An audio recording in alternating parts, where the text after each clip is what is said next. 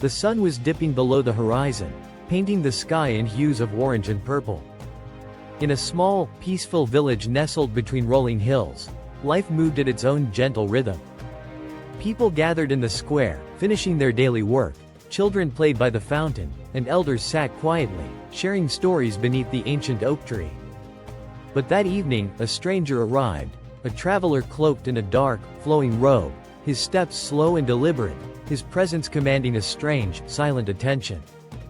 The villagers stopped what they were doing, whispering nervously, wondering who this mysterious figure could be. The traveler approached the center of the village square, his voice calm yet heavy with meaning.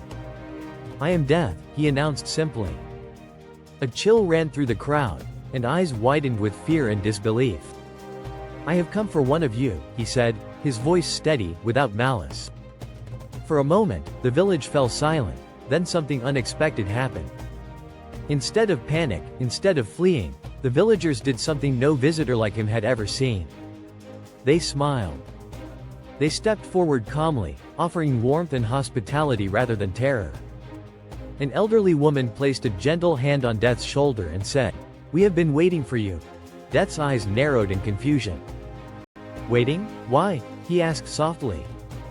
A young man, standing tall with calm certainty, replied, "Because we do not fear you anymore." Death tilted his head, intrigued. "Then why have you not fled? Why do you welcome me?" From the back of the crowd, a small child emerged, barefoot and wide-eyed, holding a single wildflower. The child approached Death, looked up with pure innocence, and asked, "Are you here to take someone away?" "Yes," Death said quietly. "But I have never been met with such peace before." The child smiled and said, "Maybe it's because we have learned a secret. We have learned that death is not the end, but part of the journey. We live fully, so we have no fear of you." Death's gaze softened. He sat down by the fire the villagers had prepared, and listened as they spoke. One by one, they shared their stories, of joy and sorrow, of love and loss, of moments when they had clung to life with trembling hands, and moments when they had let go, finding a peace deeper than any fear. A woman told of her husband, who had died many years ago, and how she had wept, yet found gratitude for every day they had shared. An old man spoke of regrets, and how he had learned to forgive himself, making peace with the past. Death realized that these villagers did not live in denial. They did not ignore death. They embraced life so fully that death lost its power over them. The child's voice broke through his thoughts again. "When you fear death," the child said, "you are really afraid of losing what you think makes you who you are. Your possessions, your roles, your memories, you hold them tightly. But they are not truly yours." Death nodded slowly, understanding. The villagers told him of a simple practice: mindfulness, presence, surrender. Of how they lived each moment fully, not trapped in worries about tomorrow, nor chained to past mistakes. The traveler, Death, felt a strange sensation, a weight lifting from his shoulders. For the first time, he saw himself not as a bringer of fear, but as a gentle guide, a necessary part of the natural flow. He understood now. People feared him because they feared losing their identity, their sense of control. But in surrendering that illusion, they found freedom. Death stood up, ready to continue his journey. But before he left, the villagers gathered close, and the child took his hand once more. "Remember," the child whispered, "life is not about surviving death, but about living so fully that death becomes a doorway, not a wall." And with that, Death walked into the twilight, no longer an enemy, but a friend.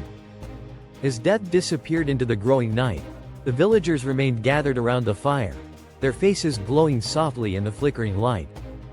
They looked at one another, sharing a quiet knowing, a bond forged in the acceptance of life's greatest mystery. The child, still clutching the wildflower, asked an elder, "Why don't people everywhere live like us? Why do so many fear death so much?" The elder smiled gently, her eyes reflecting years of wisdom and compassion.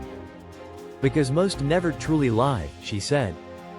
"They chase illusions, grasping for security in things that cannot last. They build walls around their hearts, fearing loss, change, and the unknown. And in doing so, they forget to open themselves to the miracle of the present moment." She paused, then continued, to live fully means to embrace uncertainty, to accept impermanence, and to find joy even in the shadow of endings. It means to love without clinging. To be brave enough to face the truth of our own mortality. The child nodded slowly, his innocent mind trying to grasp such profound truth. And how do we do that? He asked. The elder's voice softened, by learning to let go. Letting go of expectations, of ego, of the false self that clings to identity like a lifeline. Letting go of the past, and the fears of what the future might bring. By living with an open heart. And seeing that life and death are threads woven into the same fabric. A young woman, inspired by the elder's words, stood and spoke, "Fear is the prison of the mind, and only by surrender can we find freedom." When we stop fighting the inevitable, we begin to see life clearly. Like a clear lake reflecting the sky. The villagers murmured their agreement, sharing stories of moments when surrender had brought them unexpected peace. One man recalled the loss of his child, and how, after the storm of grief, he discovered a wellspring of love that transcended physical presence. Another shared how he had faced his own illness with calm, choosing to live each day with gratitude rather than fear. The child looked up at the stars beginning to pierce the night sky, and said softly, "Maybe death is not the end of fear, but the beginning of understanding." The elder nodded, "Yes, and when we understand, we begin to truly live." Suddenly, a soft breeze stirred the leaves, whispering through the branches like a secret song. It felt as if the whole universe was breathing, reminding them all that life moves in cycles: birth, growth, decay, and renewal. The village, once fearful of death, had become a sanctuary of peace, a place where the dance of life and death was embraced with open arms. As the fire died down, and the villagers prepared to sleep, each carried a quiet flame of wisdom in their hearts. A flame that would guide them through the unknown, and teach them the art of living without fear. Living without fear of death doesn't mean ignoring it, but learning how to live fully in its presence. Here are some lessons from the village that you can apply every day. First, practice presence. Focus on the moment you are in, not the past you cannot change, nor the uncertain future. Notice the sensations in your body, the sounds around you, the breath flowing in and out.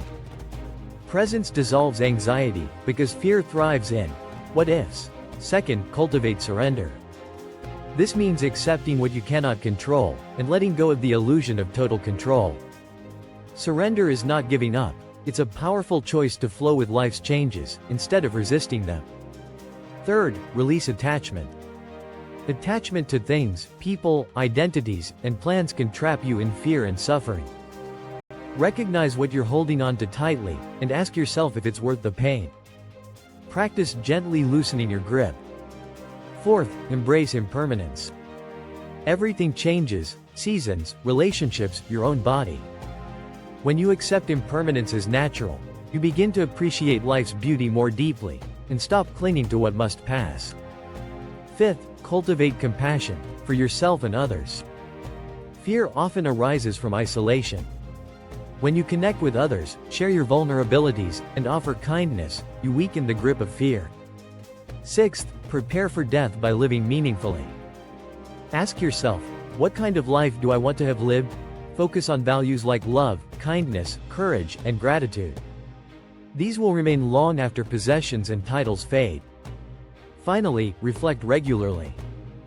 Journaling, meditation, or quiet contemplation can help you see your fears clearly, and transform them into wisdom. Remember the child's secret. Life is not about surviving death, but about living so fully that when the time comes, you greet it like an old friend. Days passed in the village, each sunrise painting the sky with new colors, and each sunset reminding the villagers of the fleeting nature of time. The mysterious traveler, death, lingered nearby, curious about this place where fear had no hold. One evening, as the firelight danced on the faces around him, Death asked the child, "How is it that you, so young, teach peace to those who fear me?" The child smiled, eyes bright with innocence and insight. "I have not always known peace. I too once trembled at the thought of you. But then I learned a secret, that life and death are not enemies, but parts of the same story." Death tilted his head, intrigued. "Tell me this story." The child began, There was once a great tree, strong and tall, its branches reaching for the heavens. Many admired its beauty and strength. But one day, a fierce storm came, and the tree was struck by lightning. Its leaves fell, its branches broke. The animals who lived in its shade mourned. Yet, in the clearing left behind, new seeds began to sprout. Life continued, changed but unbroken. The tree's death was not an end, but a transformation. Death nodded slowly. Is that why the villagers welcome me? Yes, the child said, because they see you not as an end, but as a passage.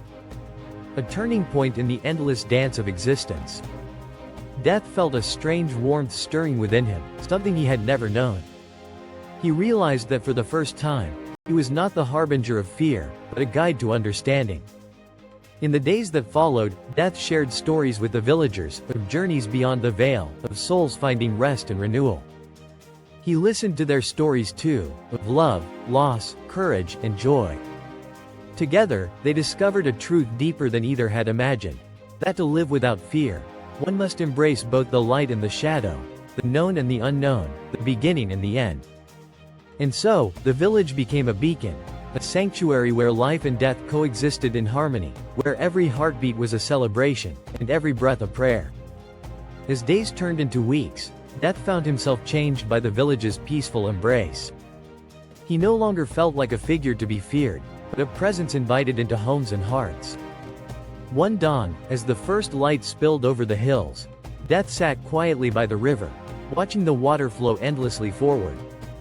He reflected on all he had witnessed, the villagers' calm faces, the child's wisdom, the stories of love and letting go. Suddenly, a realization blossomed within him. He had been seeing himself only as an ending, a door closing. But what if he was also a beginning? A chance for renewal, for transformation, for freedom? From that moment, Death's purpose shifted. He began to walk gently among the villagers, not as a bringer of fear, but as a companion on their journey. He helped them see that life was precious precisely because it is fleeting, that attachment and fear only chained them, and that true peace came from acceptance and surrender. The villagers taught Death to laugh, to celebrate life's small miracles, the bloom of a flower, the song of a bird, the warmth of a smile. In turn, Death shared his own gift, the courage to face the unknown with open arms. One evening, the child approached him once more. "You have changed, traveler." Death smiled, a softness in his eyes. "Yes, I have learned the greatest secret, that life and death are one. Without death, life would have no meaning. Without fearlessness, there can be no true living." From that day forward, Death walked not as a shadow, but as a light, guiding souls to freedom, reminding all that to live fully, one must embrace the whole cycle: birth, life, death, and rebirth. And the village thrived, rooted in the deep knowing that fear of death is only the fear of never truly living. As the sun set behind the hills, casting long shadows over the village, the traveler, once known as Death, stood silently, feeling a peace he had never known. He realized that the greatest fear humans hold is not the end itself, but the failure to embrace life in its fullness. True courage is not the absence of fear, but the choice to live deeply despite it. To surrender is not to give up, but to open one's heart to the mystery beyond control. The villagers had taught him that freedom lies in letting go, not just of possessions, but of ego, attachment, and the illusion of permanence. And in that letting go, a radiant joy arises, like the gentle breeze that whispers through the trees, invisible yet profoundly felt. So what if death comes knocking? What if the real question is not to avoid it, but to live so fully, so courageously, that when it arrives, we welcome it as an old friend? May we all find that peace, the peace born of surrender, the peace born of truly living. Because when fear fades, what remains is freedom. And freedom is the greatest gift of all.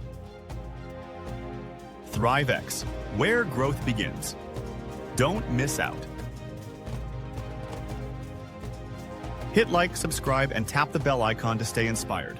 Together, we'll unlock your full potential.